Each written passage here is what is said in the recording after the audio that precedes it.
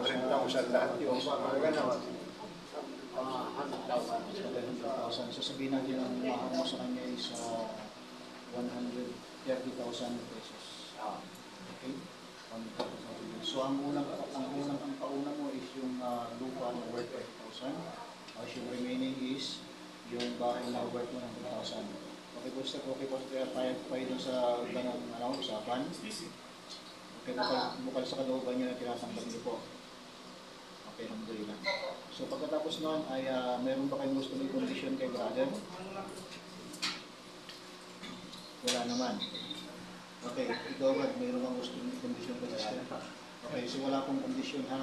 Actually, ang condition, hindi naman ito obligatory na katulad ng mahal. Okay, parang voluntary po siya yung condition. May condition, valid yung kasal. Walang condition, valid pa rin yung kasal. Pero walang mahal, invalid po ang kasal. Okay? So, susunod po ang tinatawag ng mga witnesses. So, nandito po sila, 4. Ang mga kapatid na nandito na mag-witness. Actually, ang pinaka-minimum na bilang is 2 lalaking Muslim lang. Pero kung higit doon, wala pong problema. Inshallah. Okay? Pagkatapos siyang panghuli, yung tinatawag ng ijabas kayong tinatawag ng kabul. Okay?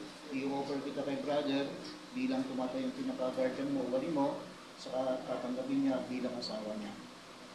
Okay po? Naintindihan niyo po, sister. May tanong po kayo o sapat na po yun? Yung narinig yung paliwanag. Kung nga nagsasabi kayo. Narinig niyo po ako?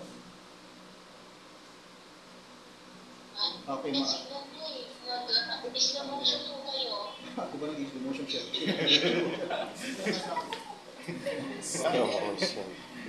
Okay, okay na po.